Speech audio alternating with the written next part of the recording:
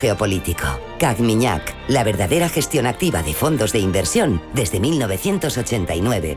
Comunicación comercial. Invertir implica un riesgo de pérdida de capital.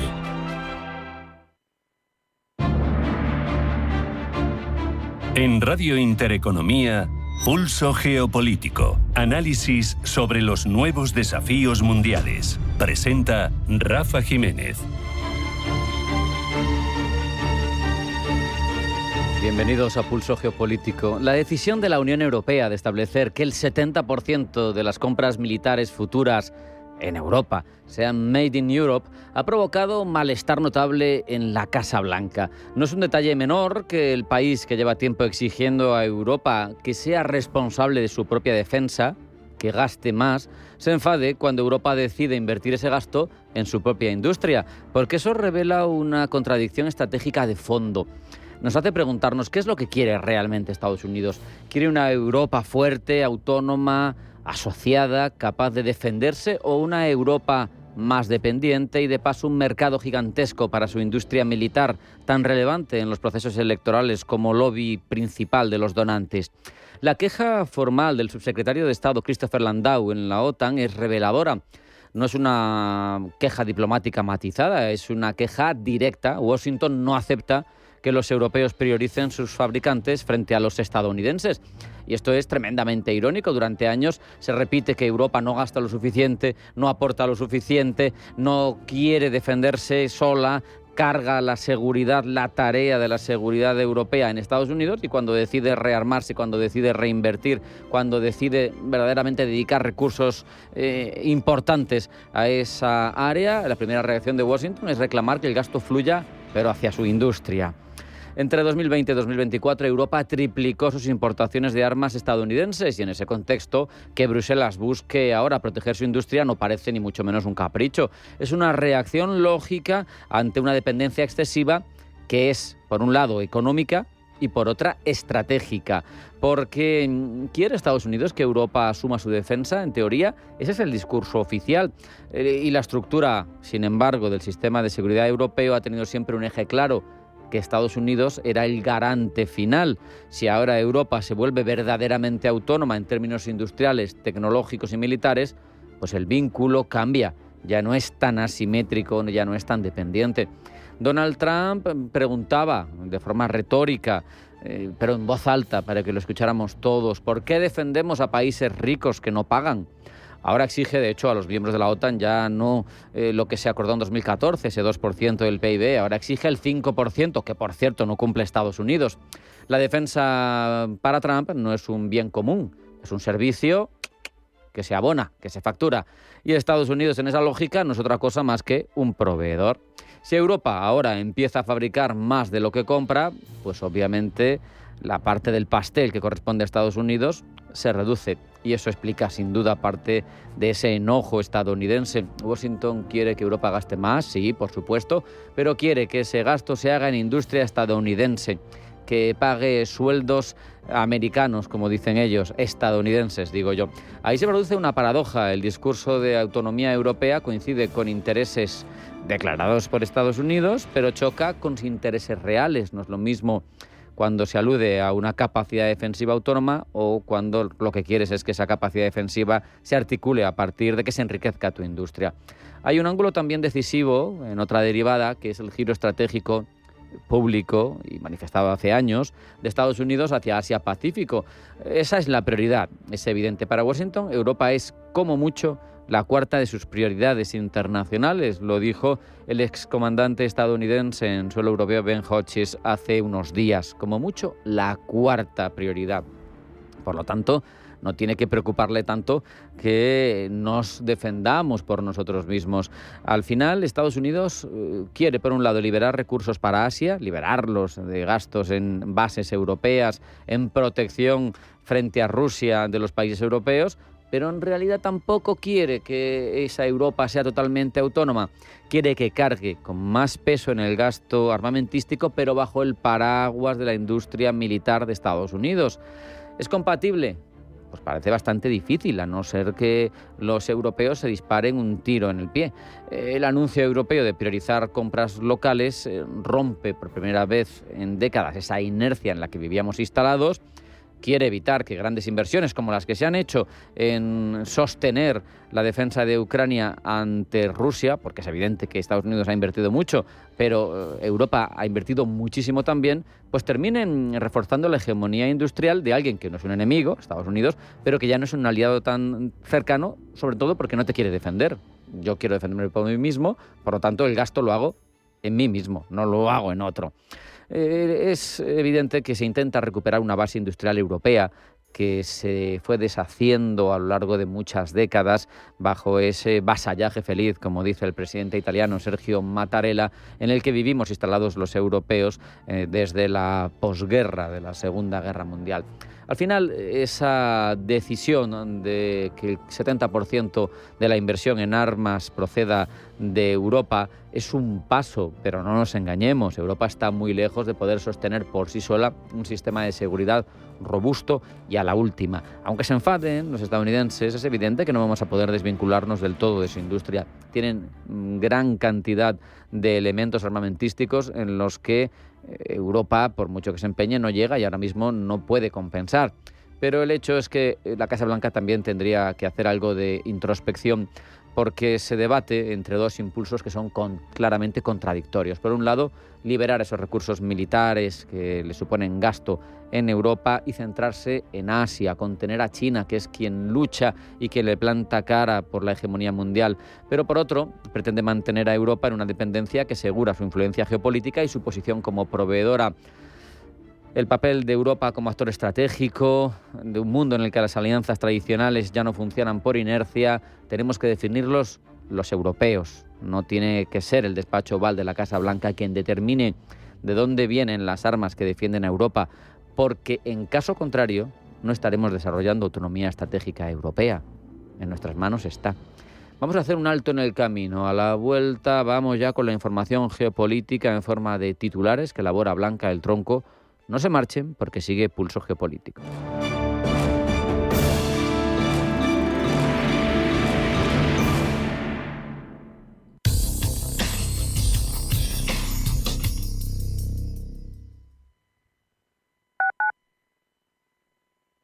Acoger cambia vidas.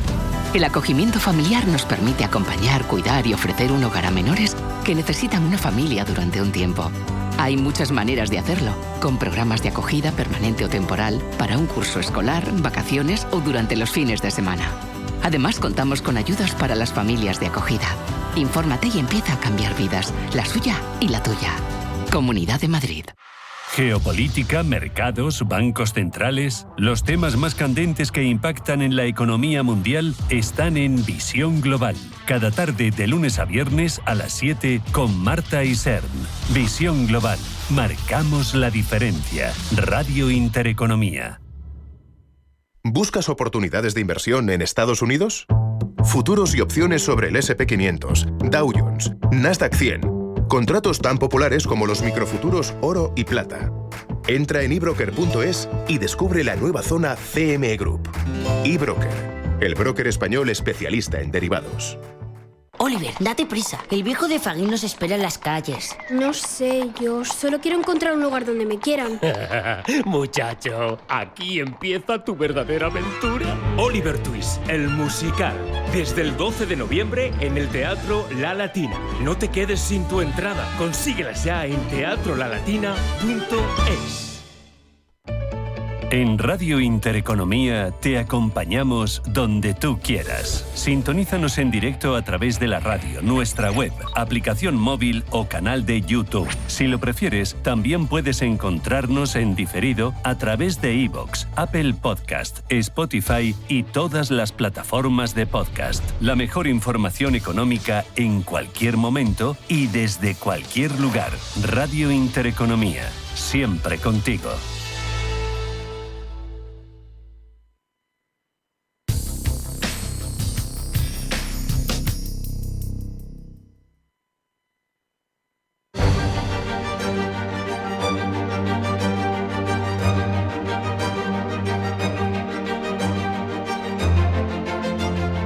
En Radio Intereconomía, Pulso Geopolítico. Presenta Rafa Jiménez.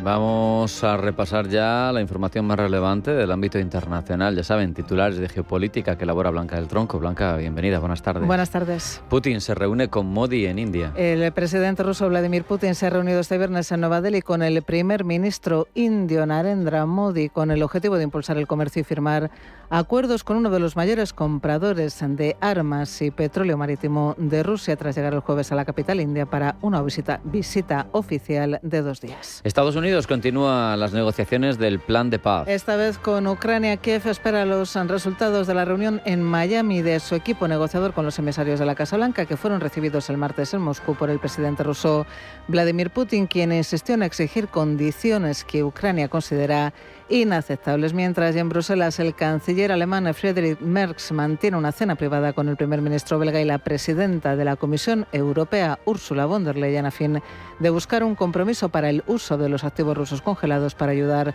a Ucrania, que se encuentran inmovilizados en Bélgica. Estados Unidos pide extremar la precaución de volar sobre Venezuela. Y este aviso ha llevado a 4 aerolíneas internacionales, las colombianas Bingo y Satena, la panameña Copa y la boliviana de aviación, a sumarse a las suspensiones de vuelos desde y hacia Venezuela. La carrera presidencial en Honduras sigue sin decidirse. Con cambios además en el primer puesto entre los candidatos conservadores, Nasri Asfura del Partido Nacional, y que cuenta con el apoyo de Donald Trump, y Salvador Nasrallah, que al perder el jueves el liderato ha denunciado supuestas irregularidades en el conteo preliminar de votos. Trump recibe a Sheinbaum en Washington. El presidente de Estados Unidos se reúne con la mandataria de México, Claudia Sheinbaum, a propósito de su viaje a Washington, donde participará en el sorteo del Mundial de Fútbol 2026. Al sorteo acudirá también el primer ministro canadiense Mark Carney como líder de uno de los países anfitriones. Ascienden a 1.600 los fallecidos por las inundaciones en Asia. Las inundaciones en Indonesia y Sri Lanka dejan unos 1.600 fallecidos y alrededor de 1 millar de desaparecidos, mientras aumentan las críticas de la población por la gestión de la situación por parte de las autoridades. Y Hong Kong se prepara para las elecciones legislativas del domingo. Elecciones que se celebran en un clima de indignación por el incendio más grave registrado en la ciudad en décadas y por la consolidación del modelo político denominado Solo para Patriotas, implantado por Pekín en 2021.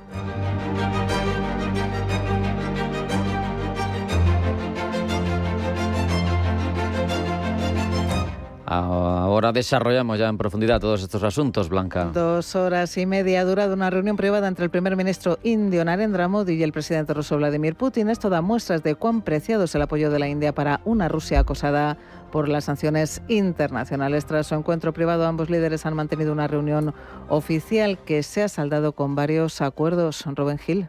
Bastante fructífero le ha resultado a Putin su viaje de 2 días a la India. Tras él ha firmado con el primer ministro indio Narendra Modi una hoja de ruta para elevar el objetivo comercial entre ambos países a $100.000 millones y para confirmar que el 96% de los pagos se realizan ya en monedas nacionales, esquivando así el sistema financiero occidental. En la actualidad, el volumen de negocios entre Rusia e India ronda los $64.000 millones, impulsado por las compras masivas de energía, aunque Putin ha instado a estar a la altura de la tarea para elevar esa cifra hasta los 100.000 millones. Para lograrlo, ambos líderes han acordado un programa de cooperación hasta 2030 y han acelerado las negociaciones para un tratado de libre comercio entre la India y la Unión Económica Euroasiática. El acuerdo incluye un giro en la transferencia tecnológica y en este sentido Putin ha anunciado la construcción de una gran fábrica farmacéutica en Rusia que utilizará tecnología avanzada de la India. En el plano militar, el jefe del Kremlin ha recordado que Rusia lleva medio siglo ayudando a armar y a modernizar al ejército indio y se ha mostrado satisfecho con los resultados de las negociaciones de defensa mantenidas hoy. Putin también ha ofrecido toda la asistencia necesaria a la India, que asumirá la presidencia de los BRICS el próximo año. Ante este despliegue de acuerdos, el primer ministro Modi ha recurrido a una metáfora para definir la resiliencia de la relación frente a las presiones geopolíticas de los últimos 80 años. La relación India-Rusia ha sido como una estrella polar estable. Esta relación, basada en una profunda confianza y respeto, ha resistido la prueba del tiempo, ha sentenciado el líder indio. India se ha convertido con el paso del tiempo, sobre todo tras la invasión rusa de Ucrania, en un socio crucial para Rusia. Y bajo este escenario, Putin ha viajado a Nueva Delhi con un objetivo claro: reforzar su alianza con la India, tanto a nivel económico como geoestratégico. Pero ¿por qué es tan importante India para Moscú? Manuel Fernández Avilés. Tras las sanciones occidentales, Rusia necesita socios que no se sumen a las mismas, que mantengan un comercio a gran escala y que le otorguen legitimidad diplomática. E India cumple con todos los requisitos. Es el mayor país diplomático que mantiene una relación estrecha con Moscú, lo cual da a Rusia una importante válvula geopolítica. Hace 3 años, en 2022, India se convirtió en uno de los principales compradores de petróleo ruso, llegando a absorber más del 30% del crudo exportado de Rusia en algunos meses. Para Moscú, esto significa ingresos masivos que compensan la pérdida de mercado europeo, diversificación hacia Asia y también capacidad de mantener su industria energética en funcionamiento. Sin India, el golpe económico para Moscú sería dramático. Aunque Rusia y China están muy alineadas, Moscú no quiere depender exclusivamente de Pekín e India le permite evitar una relación de subordinación frente a China, también mantener un contrapeso dentro de Asia y conservar cierta autonomía estratégica. Es decir, India actúa como pilar de equilibrio en la visión rusa de un mundo multipolar.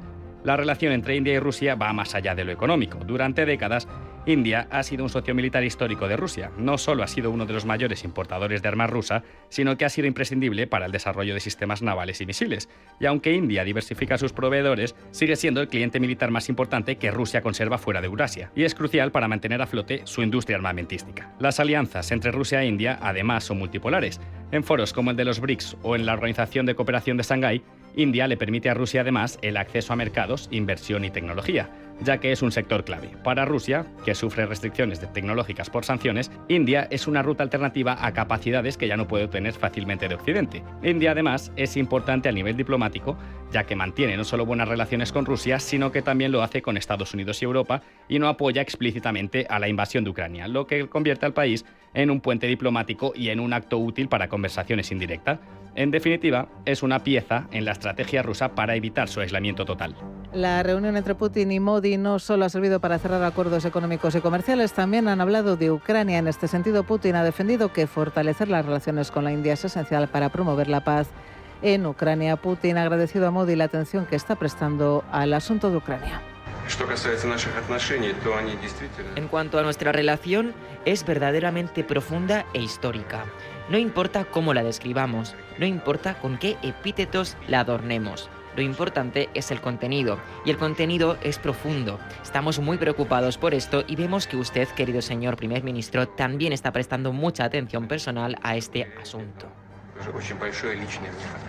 Palabras de Putin después de que Narendra Modi haya asegurado que la India no mantiene una posición de neutralidad frente al conflicto en Ucrania, sino que se alinea activamente a favor de la paz. Las negociaciones de paz para Ucrania se mantienen, aunque parecen algo enquistadas. Las demandas territoriales de Rusia siguen siendo inaceptables para Ucrania y Occidente, y es que dice Zelensky renunciar a territorio sería entregar la dignidad del país. Tampoco están claras las garantías de seguridad que exige Kiev, lo que también genera desconfianza. Existe además división internacional mientras Estados Unidos intenta mediar con una propuesta. Muchos estados europeos temen una paz prematura que legitime la agresión rusa. La situación sobre el terreno sigue siendo además de guerra activa, con combates, bombardeos y ofensivas, lo que reduce la presión real para negociar. Y a todo esto se suma el rechazo de Estados Unidos a que la Unión Europea use los activos congelados rusos para financiar a Ucrania. Gemma González.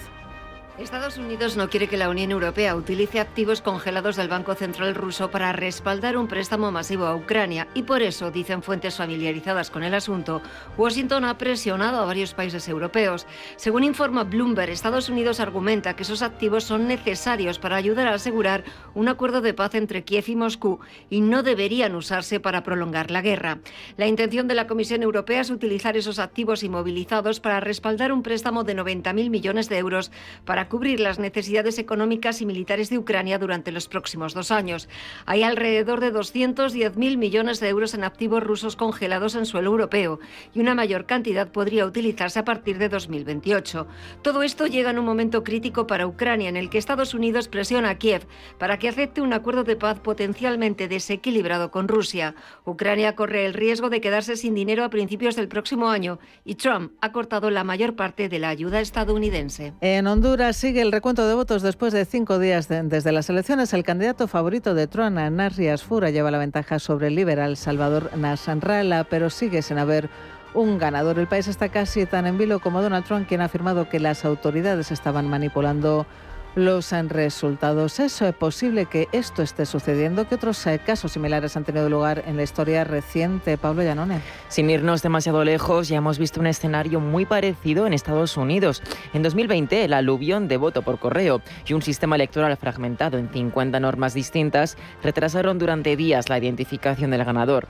En pleno caos administrativo, Donald Trump fue acusado de intentar presionar a funcionarios estatales para encontrar votos a su favor. Y ahora, paradójicamente, es él quien acusa a Honduras de estar manipulando su propio escrutinio. El resultado oficial en Estados Unidos no quedó completamente despejado hasta 2 semanas después, cuando las certificaciones estatales confirmaron la victoria de Joe Biden. Mientras tanto, en Perú, el proceso fue aún más extremo.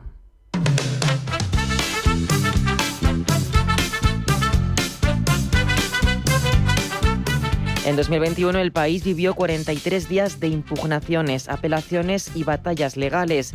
La candidata Keiko Fujimori presentó más de 1.000 pedidos de nulidad de votos denunciando un fraude sistemático. Cada uno tuvo que revisarse mesa por mesa, primero ante los jurados electorales especiales y luego ante el Jurado Nacional de Elecciones. Muchas impugnaciones carecían de sustento, pero aún así bloquearon el proceso durante semanas. Perú pasó más de un mes sin presidente proclamado, hasta que finalmente se certificó la victoria de Pedro Castillo. Y si retrocedemos un poco más, Bolivia ofrece otro precedente. En 2019, el escrutinio se convirtió en un terremoto político tras un parón de 24 horas en la transmisión de resultados preliminares, justo cuando Evo Morales y Carlos Mesa estaban prácticamente empatados. Al reanudarse, Morales aparecía con ventaja suficiente para evitar una segunda vuelta, desatando acusaciones de fraude, protestas, motines policiales y una presión social creciente. La crisis escaló hasta el punto de anular las elecciones, provocar la salida de Evo Morales y convocar nuevos comicios. Estos 3 episodios son, por goleada, los escrutinios más largos y turbulentos de la historia reciente. Ha habido casos similares en Kenia o Nigeria, sí, pero ninguno ha superado la semana de incertidumbre. Ahora solo queda una pregunta en el aire. ¿Batirá Honduras estos récords o conoceremos los resultados en cuestión de días?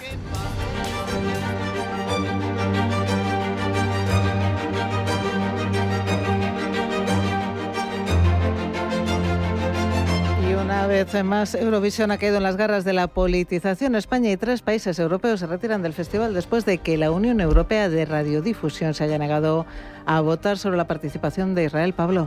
Ni participarán ni emitirán el concurso en sus respectivas cadenas públicas. España, Eslovenia, Países Bajos e Irlanda denuncian que la situación en Gaza convierte el concurso en un instrumento político a favor del país hebreo. Una preocupación que el presidente de Radio Televisión Española, José Pablo López, llevaba meses advirtiendo. Me parece muy bien lo que ha hecho Televisión Española. Es más, creo que por lo que leí ayer hay otros países que se están sumando a esa iniciativa, ¿no? Por lo tanto, yo lo he dicho en más de una ocasión, todo lo que sea presión internacional para que lo que en su día era un genocidio y lo que siguen siendo ataques, lo estamos viendo, que es lo que está pasando en Gaza todavía, todo lo que sea presión internacional para que el gobierno de Netanyahu actúe conforme a la legalidad internacional, me parece bien. La salida española es especialmente llamativa por su condición de país fundador. Con ella, el gobierno refuerza su línea de reconocimiento de Palestina. Sin embargo, otros estados que también han reconocido al pueblo palestino, como Francia o Reino Unido, defienden que Eurovisión es un espacio cultural y no político.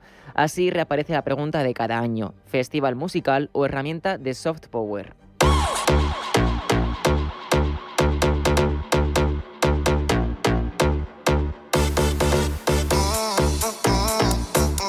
Eurovisión vive la misma tensión que Europa, idealismo frente a realidad.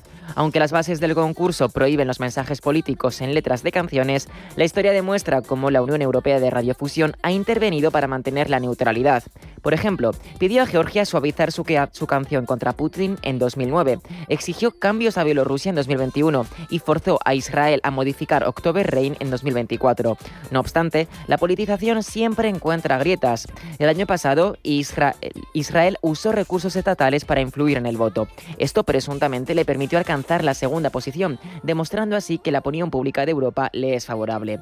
Para frenar estas dinámicas, la UER aprobó ayer nuevas medidas contra las campañas de manipulación, buscando preservar el intercambio cultural que debería definir, según ellos, Eurovisión. Pero pese a ello, la lucha política está presente. De hecho, podemos ver que la discrepancia en torno a si es un festival meramente cultural o si tiene connotaciones políticas es, valga la redundancia, una cuestión política. Si aceptamos que Eurovisión puede convertirse en un instrumento político, encontramos dos posturas. Por un lado, la de los que defienden precisamente que es un instrumento político. España, Irlanda, Países Bajos y Eslovenia sostienen que si Rusia fue vetada por su ofensiva en Ucrania, Israel debería serlo por su actuación en Gaza. Son gobiernos que hablan de genocidio, que reconocen a Palestina y que han mermado sus relaciones comerciales con Israel. Pero no tienen suficiente. El castigo para ellos debe elevarse al plano social. Esto, sin embargo, tendría un efecto peligroso, el aumento de la polarización. Casualmente, en estos países la comunidad judía es muy escasa. Por otro lado está la postura de la mayoría de países, que sostienen que el concurso debe mantenerse ajeno a la política. Aunque también han criticado a Israel y reducido vínculos comerciales, consideran excesivo penalizarlo en la esfera cultural. Buscan evitar una polarización que, en países con comunidades judías amplias, como son Francia, Reino Unido o Alemania, podría tener un impacto social mayor. Ante estas dos visiones queda abierta la cuestión: ¿hasta dónde es diplomáticamente acertado elevar las sanciones a Israel? ¿Cuándo debe prevalecer la coherencia política y cuándo la prudencia estratégica?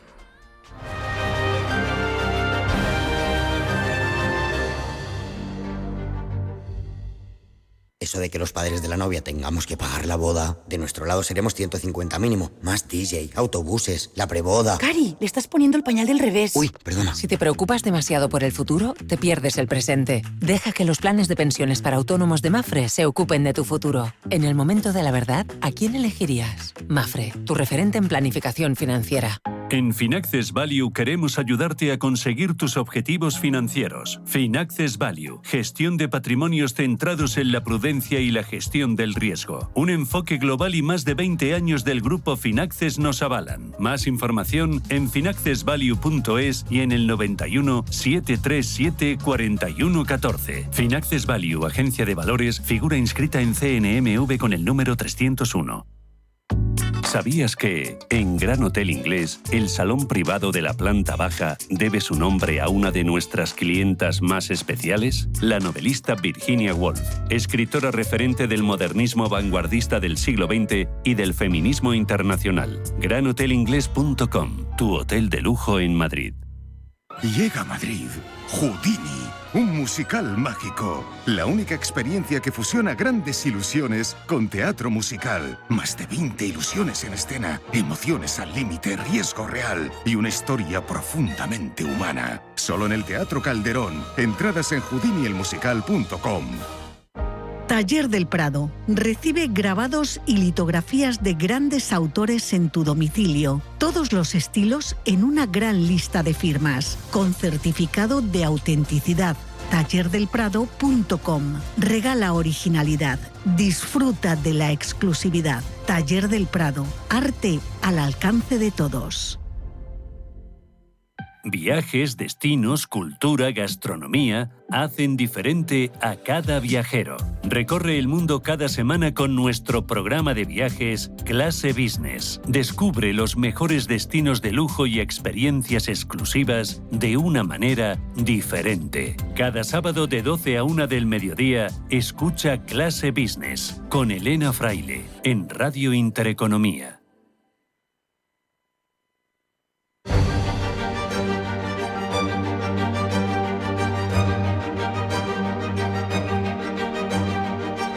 En Radio Intereconomía, Pulso Geopolítico. Ante el resurgir de las preocupaciones bélicas en toda Europa, con la Primera Guerra, como sabemos, que va a cumplir ya casi 4 años, en décadas, quitando la de los Balcanes, en un suelo europeo que sigue en marcha, con las amenazas, en algunos casos de guerras híbridas tácitas, en otros casos más explícitas, que llegan desde Rusia, pues resurge el debate sobre el servicio militar en el continente europeo, Francia, Alemania, muchos países, y nos preguntamos si es una respuesta necesaria a la amenaza que llega del este, o si es un síntoma de alarma social, o si es una pretensión para cambiar el termómetro social en torno a la defensa. En cualquier caso, para analizar esta tendencia geopolítica y su impacto en nuestra conciencia colectiva en torno a la defensa, hablamos ya con Miguel Ángel Melián, analista internacional y consultor de asuntos públicos. Miguel Ángel, bienvenido, buenas tardes. Muy buenas tardes, Rafa. Un verdadero placer, como siempre.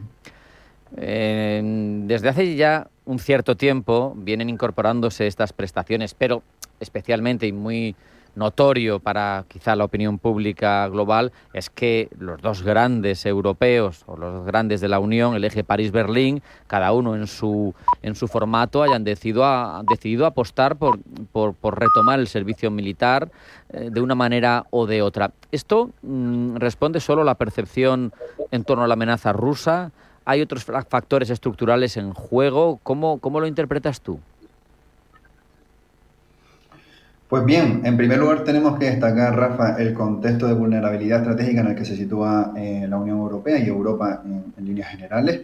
Estamos atendiendo a una mayor transformación, quizás en términos de defensa, que no estaban vistas en territorio europeo desde la Guerra Fría, y actualmente el debate se centra bastante en qué tipo de modelo nacional de defensa, por supuesto a nivel de países europeos, queremos. En este sentido, como bien indicas, Alemania y Francia están tomando la iniciativa actualmente como ejes tractores del debate público en este sentido en la Unión Europea, pero previamente a este debate ya teníamos 9 países de la Unión con servicio militar obligatorio en diferentes tipos, pero ya los teníamos. También hay que destacar que Macron, por ejemplo, en el año 2017 ya apuntaba a esta idea. Es cierto que se ha ido perdiendo durante el tiempo, pero en estos meses la ha vuelto a retomar la idea del servicio militar obligatorio, y atendemos entonces, más que intereses nacionales propios, a un contexto de vulnerabilidad estratégica de la Unión Europea, a un contexto donde la defensa cada vez requiere de más demanda y tiene diferentes formas de aplicarse, y ahí es donde los países europeos ahora mismo están jugando, Rafa.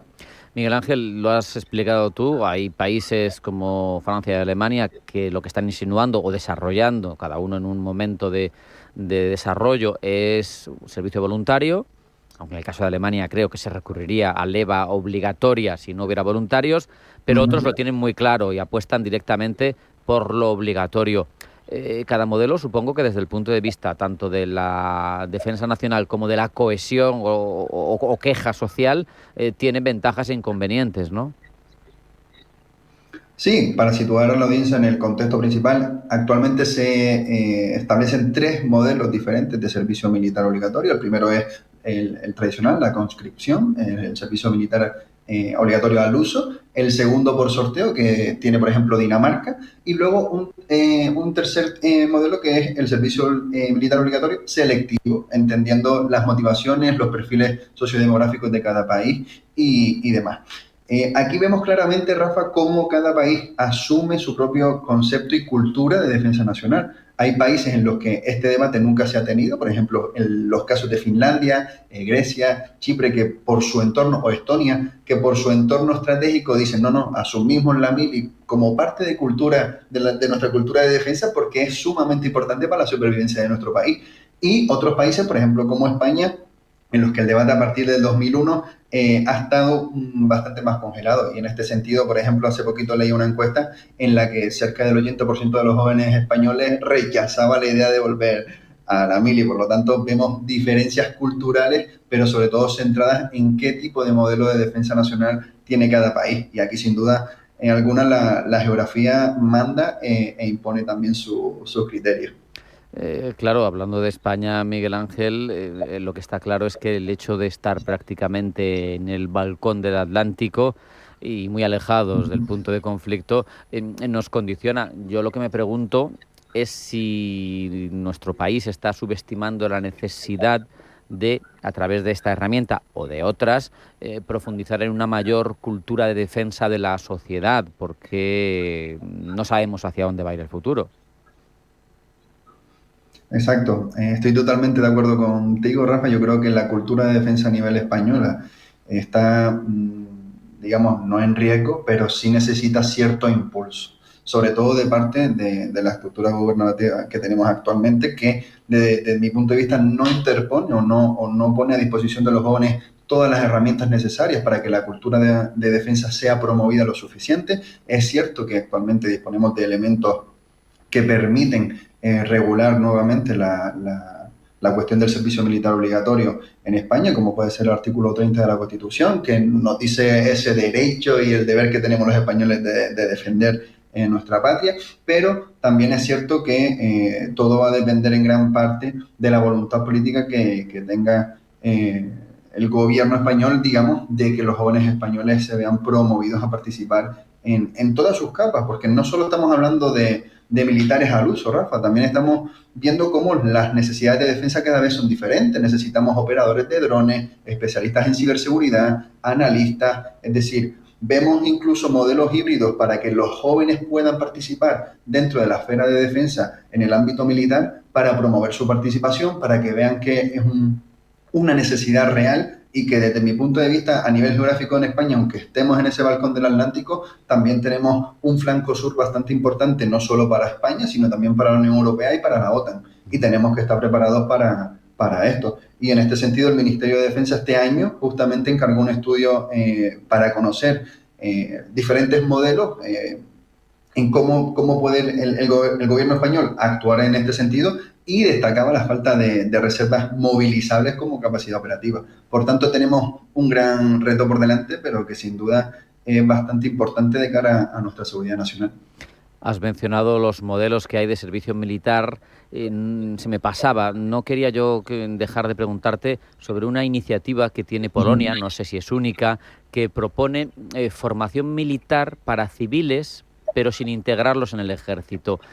Una suerte de capacitación para que haya una posibilidad de movilizar una milicia civil en el caso de que la situación sea verdaderamente grave. Eso igual puede ser un punto de equilibrio entre Fuerzas Armadas profesionales y preparación ciudadana, quizá para casos extremos, pero igual sirve, ¿no? Sí, no, totalmente. Y de hecho, cuando observamos el mapa actual de aquellos estados que están promoviendo este tipo de iniciativas de servicio militar, vemos diferentes modelos que incluso, Rafa, parecen híbridos. Hay modelos que dicen, oye, pues formamos a nuestros jóvenes de 19 a 25 años, pues 2-3 meses, no queremos más. Luego hay otros países que dicen de 6 hasta incluso 23 meses. Son modelos bastante diferentes, pero que están viendo que se adaptan a las estructuras o características sociales de su población y a las necesidades. Y como bien indican, hay veces en las que se pone más importancia en el foco de, oye, queremos que nuestras nuevas generaciones tengan más que sea esos conocimientos básicos en términos militares y de defensa para tener esa capacidad operativa que comentábamos al principio y tener asegurado. Pero sí estamos atendiendo a este tipo de modelos híbridos que combinan civil y militar. Supongo que también hay que hacer un esfuerzo en la parte pedagógica, porque hablabas tú de nuevas generaciones que han crecido en un contexto de paz prolongada en el continente y a los que yo creo que hay que transmitir la importancia de tener esa capacitación en la defensa, pero no generar un alarmismo innecesario, porque no es esa la coyuntura. Entonces hay que combinar ambas cosas, ¿no? Yo estoy totalmente de acuerdo contigo, Rafa. Es cierto que llevamos 8 décadas de paz en Europa, el periodo más largo a nivel histórico de paz en nuestro continente. No obstante, estamos enfrentando ahora en Europa del Este y a nivel global también, Rafa, hay que decirlo, ciertos desafíos que ponen en juego la supervivencia de muchos de nuestros estados a nivel europeo. En este sentido, no hay que alarmar, como bien indicas, pero sí recuperar ese aspecto militar de defensa a nivel cultural, asumirlo como algo lógico, normal, que cada persona respecto al modelo de defensa nacional tiene que asumir una responsabilidad, porque no olvidemos que todos los derechos que nosotros tenemos actualmente también conllevan una obligación. Y es una de las cosas que hoy en día, desgraciadamente, desde mi punto de vista, se están perdiendo, Rafa. Y la gente se cree que es un debate nuevo, pero desde el siglo XVIII, XIX, que nace en Francia el servicio militar obligatorio, esta tendencia está más que viva actualmente, y si nos remontamos a Grecia, a Esparta y demás, pues vemos cómo los propios jóvenes querían ser parte del modelo de defensa nacional porque asumían la defensa como un deber suyo respecto a su Estado. Claro, en alguna manera puede servir esa recuperación de los servicios militares, no necesariamente largos, tú lo explicabas, para reconstruir un sentido de responsabilidad colectiva, ¿no?, en materia de seguridad, ¿no? Totalmente, y además que ya estamos entendiendo y Europa está, digamos, cada vez más asumiendo el rol que debería tener la sociedad en los modelos de defensa. No estamos hablando solamente de ejército, sino como sociedad. Es decir, también tenemos que tener en cuenta luego, Rafa, todos los aspectos técnicos de competencias que puede tener la Unión Europea, los estados a nivel nacional, pero sí que es cierto que estamos hablando más bien sobre qué tipo de Europa queremos construir a nivel de defensa. Claro, porque tampoco podemos caer en unos movimientos de refuerzo militar nacional no profesionales que puedan interferir de alguna manera con los objetivos de OTAN, de la política común de seguridad y defensa, ¿no? Porque hay dos opciones, ¿no? Si se hace bien o se hace mal, ¿no? Se pueden fragmentar los esfuerzos o se puede reforzar la capacidad disuasoria de Europa, ¿no? Sí, bueno, aquí tenemos una tendencia que es bastante destacable y es la incapacidad que ha mostrado la Unión Europea en disponer de un ejército propio. El debate del ejército europeo nos acompaña desde hace décadas, casi incluso después de su fundación. Y claro, nos encontramos con el problema de que los Estados no se ponen de acuerdo para ver qué tipo de fuerzas nos ponemos en marcha. Se habla de ejército de reacción rápida de 5.000 efectivos apenas. Tenemos en cuenta la capacidad o la disuasión que puede llegar a tener ese tipo de ejército, por lo tanto siempre delegamos más en la OTAN, pero aún así, Rafa, considero que es bastante importante que si la OTAN quiere disponer de un ejército o una capacidad, digamos, disuasoria fuerte, los propios Estados miembros también tienen que disponer de esa capacidad. Sin ningún tipo de relación entre ambas escalas, creo que no llegaremos muy lejos, por lo menos en términos disuasorios. Una duda que a mí me surge si estas preparaciones, más allá de un conflicto convencional, sabiendo cómo es quien está ahora mismo en el otro lado del campo de batalla, Rusia, su afición por emplear tácticas de guerra híbrida, ciberataques, etcétera, pues es lo que tú decías, no basta con un servicio militar, ¿no? Tiene que ser mucho más global, ¿no?, la preparación, porque si no nos quedaremos cojos ante una táctica que ha evolucionado. Totalmente. Y si observamos, por ejemplo, la tendencia que están recogiendo las estrategias de seguridad nacional y de defensa propia de cada país europeo, cada vez más se menciona, Rafa, el término de defensa integral, aquella defensa que recoge cómo protegernos en diferentes ámbitos, ya sea a nivel sanitario, a nivel económico, financiero, de infraestructura. Es decir, estamos viendo cómo cada vez los ataques, sobre todo los ataques relacionados de la guerra híbrida o de la zona gris que también se comenta, están afectando simultáneamente a varias capas de la sociedad y por tanto también tenemos que poner el foco en este sentido. Y las estrategias de recuperación de servicio militar obligatorio en diferentes países recogen la necesidad de estas capacidades y tienen programas específicos para operadores de drones, como comentábamos antes, especialistas en ciberseguridad, es decir, estamos viendo también ese esfuerzo y cómo se recoge y se intenta adaptar a la realidad actual, por supuesto.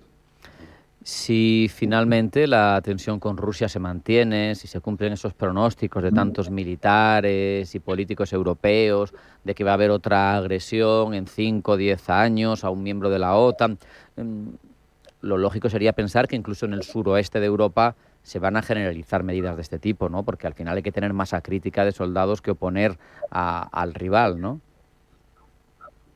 Sí, actualmente Portugal, por ejemplo, no se plantea todavía este debate, Rafa, de la vuelta al servicio militar. Considera que no es una prioridad estratégica. Por la parte de España estamos hablando de que tenemos disponibles alrededor de 122.000 efectivos, si no recuerdo mal, y un presupuesto de defensa que ronda los 30.000 millones de euros. Pero, sin embargo, necesitamos de más. Nuestros socios están invirtiendo cada vez más en defensa.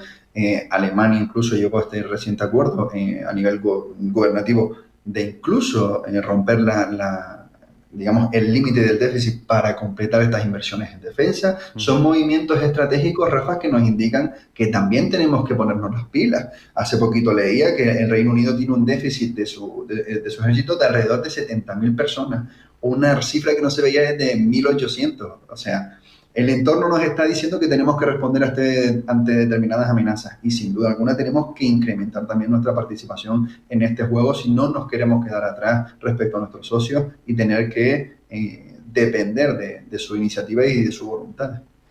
Es obvio porque tú apuntabas muy bien ese flanco sur con un Marruecos que amenaza por todos los flancos, pues seguro que también nos hace ponernos las pilas, nos guste o no nos guste. Miguel Ángel Melián, analista internacional, consultor de asuntos públicos, es siempre un placer hablar contigo. Un fuerte abrazo y hasta la próxima. Muchísimas gracias, Rafa, y sobre todo también pido a la audiencia estos días estar atento a la reunión de alto nivel que tenemos Marruecos y España y sobre todo el papel que van a desempeñar las Islas Canarias en este tipo de negociaciones. Bueno, no sé si has escuchado, Miguel Ángel, perdona, esa oferta tan sui generis que llega desde Marruecos, que dice: ofrecemos seguridad jurídica reforzada a cambio de que se admita nuestra posición en el Sáhara, porque eso a su vez tiene una serie de implicaciones en aguas territoriales, en recursos del subsuelo marino, en ese monte que tiene telurio. Es que es todo tan complejo, pero parece como que te están haciendo un favor cuando el Sáhara no ha sido nunca suyo. No, y totalmente, que de hecho las reclamaciones que está haciendo Marruecos actualmente ante el Tribunal de Derecho del Mar está basado en una suposición como que el resto de estados asume su soberanía sobre el Sáhara y entonces a partir de ahí ya puede limitar sus aguas territoriales, cosa que no es cierta. Y España, por ejemplo, desde 2009-2014 lleva presentando ante este tribunal sus propias reclamaciones a partir de navegaciones realizadas y demás, y defender este derecho de proteger las aguas canarias y, como bien indicas, que es muy importante ese monte Tropic, que está a 269 millas al sur del Hierro y que esconde una de las grandes reservas de telurio, de cobalto, que van a ser vitales para dentro de 3-4 décadas, y que Marruecos, Rafa, no pierde el hilo y está bastante atento a lo que está pasando en la zona. Pero sin duda alguna, el contexto de las negociaciones actualmente pinta, desde mi punto de vista, desfavorable para España y para las Islas Canarias por la responsabilidad de nuestros políticos, por supuesto. Tremendo. Bueno, Miguel Ángel, un fuerte abrazo y hasta la próxima. Muchísimas gracias, Rafa. Un abrazo fuerte.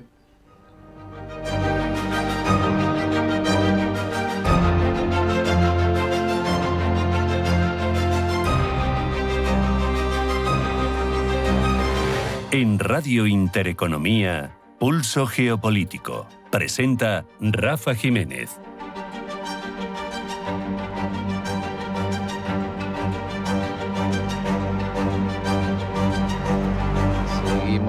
Mirando hacia Europa con el prisma de la defensa, pero centrado ahora en un conflicto, en un pulso estratégico que condiciona la realidad del continente, esa guerra que llevó Rusia hasta Ucrania, porque hace apenas unos días Transatlantic Dialogue Center y Eurodefense Joven España organizaron las segundas jornadas sobre Ucrania, un encuentro que reunió analistas, militares, diplomáticos, expertos jóvenes para debatir sobre el rearme europeo, la autonomía estratégica y el futuro del apoyo a Kiev. Queremos entender qué se dijo, qué conclusiones se extrajeron y qué reflexiones tienen que guiar a Europa en este momento tan crítico para ello. Hablamos ya con Amin Lejarza de Bilbao, analista internacional, presidente de Eurodefense Joven y testigo directo y participante de ese foro. Amin, bienvenido, buenas tardes. Muy buenas tardes, Rafa. Un placer estar aquí una vez más. Amin, ¿cuál era el objetivo central de estas jornadas y qué importancia tiene que se celebren en este momento concreto del conflicto? Bueno, nosotros, tanto desde Eurodefense Joven España como desde el Transatlantic Dialogue Center, que es un think tank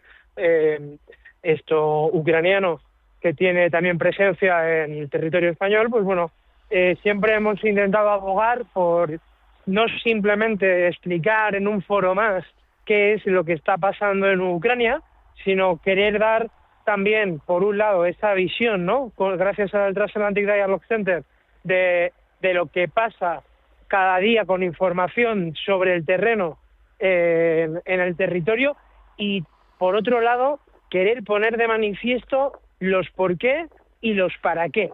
Me explico con esta última pregunta del para qué, que es muy militar. Es decir, nosotros se nos habla de que este conflicto, es decir, la guerra ruso-ucraniana, ha supuesto temas tan transversales y tan trascendentales como es el rearme o como es el servicio militar, del que ahora se habla. ¿Para qué sirve esto? Pues eso es lo que hemos intentado poner en la mesa, es decir, ¿para qué sirve la inversión? ¿Para qué sirve un reforzamiento de la industria que puede tener no solamente un resultado positivo respecto a conseguir volver a tener una mayor autonomía estratégica respecto a un punto de vista securitario, sino también de volver a reforzar logísticamente un continente que ha tenido una cierta decadencia respecto a su ámbito industrial propiamente dicho? Es decir, hemos sacado diversas conclusiones. Uh-huh. El tono entre ponentes, participantes, porque la situación es compleja, va para 4 años, el árbitro no es árbitro, está sesgado. ¿Qué predomina? ¿La preocupación, el realismo estratégico? ¿Qué es lo que notaste? Creo que lo acabas de decir. El árbitro para mí es el que más preocupa en este partido.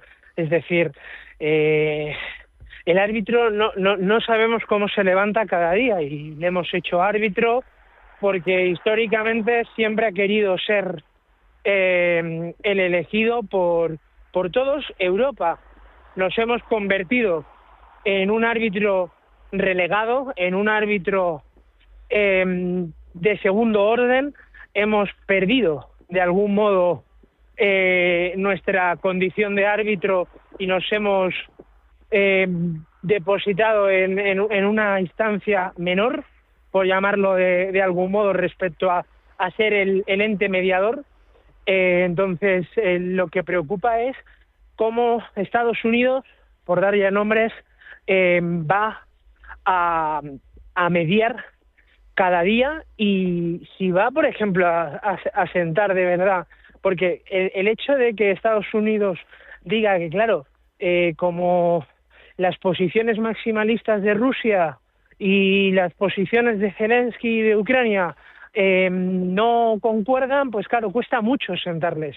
Por favor, todos sabemos que si si Estados Unidos de verdad quisiera sentar a ambos actores para de verdad negociar, para de verdad aclarar qué es o cuál es la mejor decisión para poder buscar de algún modo, cuidado, una especie de paz, una especie de alto el fuego, una especie de proceso mediante el cual rusos y ucranianos consigan llegar a un semi-entendimiento, porque esto va a costar tiempo, claro. Es algo que todo el mundo debe de tener claro. Debemos de tener en cuenta que en 10 meses del 2025 Rusia ha matado a un 30% más de civiles que en todo el 2024. Es decir, que esto tiene también la brutalidad con la que los actores atacan, y en este caso, por ejemplo, el contingente ruso atacado, ha sido clarividente. Aquí nadie se está dejando, aquí nadie está cediendo un paso atrás, que es lógico, es un conflicto armado, es una guerra, en este caso, y nadie va a ceder un paso, pero que aquí nadie puede ir en estos términos de decir, oye, no, nosotros estamos buscando entendimientos. No, con todos los respetos, aquí no se están buscando entendimientos. Aquí lo que se está buscando es, de verdad, aumentar la crispación, aumentar el caso de cómo, por ejemplo, con todos los respetos, Rafa, y quiero también matizar en una de las cuestiones de las cuales no se habla, es de cuando Rusia entra en Crimea, que es cuando realmente empieza todo esto. La población tártara, que son generalmente una de las etnias de las cuales menos se habla, que reside en Rusia, y que generalmente es una etnia que son musulmanes. Rusia, cuando entra en Crimea para justificar que no asesinaba a tártaros ucranianos, lo que hacía era o asesinarlos, pero los, digámoslo así, sustituía por población chechena o dagestaní, es decir, por musulmanes de oblast rusos, como son Chechenia o el Dagestán, ¿de acuerdo? Y así justificar que seguía habiendo población musulmana, claro, según ellos tártara. Luego se ha demostrado que no eran tártaros. Yeah. Es decir, es una guerra de mentiras, es una guerra, digo de mentiras porque, claro, aquí todo el mundo juega con su retórica, y eso también hay que decirlo de manera clara y concisa. Es una guerra como en todas, de propaganda, y es uno de los grandes problemas y males que vemos, que es contra lo principal que hay que luchar, y lo que nosotros, con ponentes como el Real Instituto Elcano, como Indra, claro, como el CIDOB, como los militares, hemos querido traer para que nos expliquen y para que le expliquen al conjunto de la ciudadanía la importancia de lo que se está viviendo en Ucrania, en este sentido. Amin, hay una cuestión, lo decías, esto es una guerra, cada uno lucha por lo suyo, pero Putin parece, lo decía, lo reiteraba en India, en el viaje, ¿no? Que no va a renunciar al Donbass. Que el Donbass es el mínimo, y da toda la sensación, escuchando a Trump, escuchando a Putin, no sé lo que hablaríais allí de eso, que de ese 20% de Ucrania se van a tener que despedir los ucranianos. Es una realidad triste. Yo tengo pequeñas discusiones, pero no es discusión a malas, es discusión porque yo cuando hablo con los ucranianos, con compañeros, con amigos,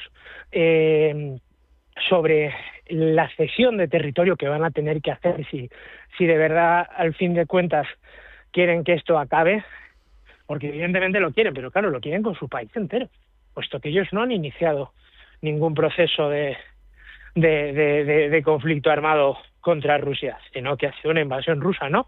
En este caso, que se ha dado sobre territorio ucraniano, puesto a pesar de que esa zona de Ucrania fuese más rusófona, que lo era claramente, que a pesar de que esa zona de Ucrania fuese un poco más reivindicativa respecto a sentirse o tener unas relaciones junto a Rusia, lo era, o sea, tampoco se puede mentir respecto a lo que pasaba en el Donbass y cómo esto también generaba conflictos dentro de Ucrania.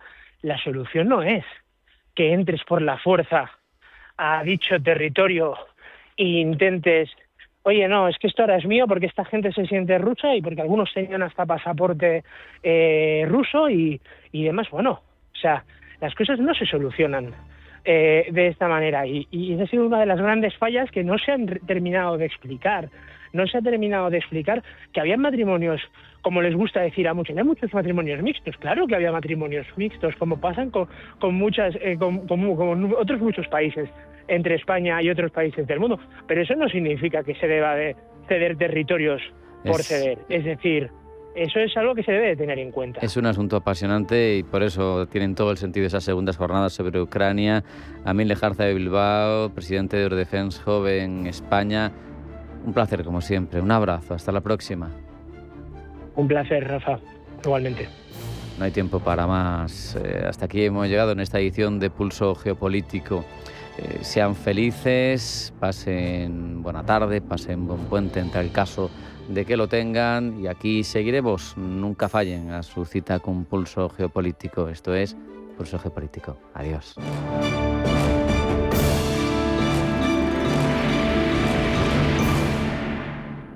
Cagmiñac le ha ofrecido Pulso Geopolítico. Cagmiñac, la verdadera gestión activa de fondos de inversión desde 1989. Comunicación comercial. Invertir implica un riesgo de pérdida de capital. La cuenta nómina de Cajamar es la cuenta con todo lo que quieres. Una cuenta para gestionar tu día a día con total comodidad. ¿A qué esperas? ¿Te lo ponemos muy fácil? Hazte cliente online. Consulta condiciones en gcc.es/cuenta nómina. Cajamar. Distintos desde siempre. Te dijeron que invertir era solo para ricos. Te mintieron. En Gold Waves Group, con $30.000 puedes empezar a moverte globalmente. Con estrategia, con visión, con Gold Waves Group. ¿Vas a seguir viendo cómo otros ganan? Invierte con Gold Waves Group. Agenda tu consultoría gratuita en goldwavesgroup.com.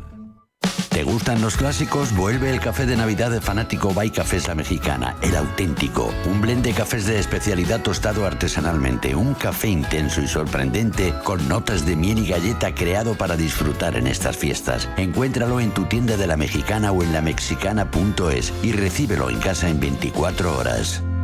Descubren células madre. Arranca 1995. Llega la inteligencia artificial. La sociedad avanza y la publicidad con ella. Por eso en Autocontrol, anunciantes, agencias y medios, llevamos más de 30 años evolucionando para seguir cuidando de que la publicidad que recibes sea leal, legal, honesta y veraz. Autocontrol. Por una publicidad responsable. Recorre, vive y siente en primera persona un proyecto aislado en las tierras altas de Ribera del Duero. Bosque de Matasnos, enoturismo sostenible que conecta entorno, vino y naturaleza. Haz tu reserva en bosquedematasnos.es. Si te gusta el séptimo arte, Vivir de Cine es tu programa. Dirigido y producido desde Hollywood por José Ignacio Cuenca y presentado por María Ayer. Toda la actualidad del cine, estrenos, festivales y críticas, sin olvidar los clásicos. Los viernes a las 12 de la noche, Vivir de Cine, en Radio Intereconomía.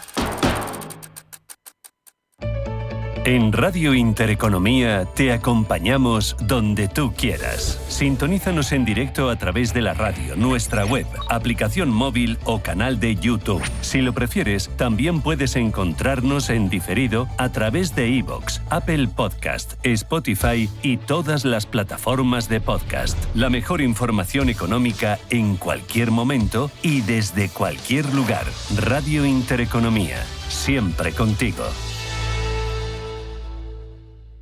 Radio Intereconomía.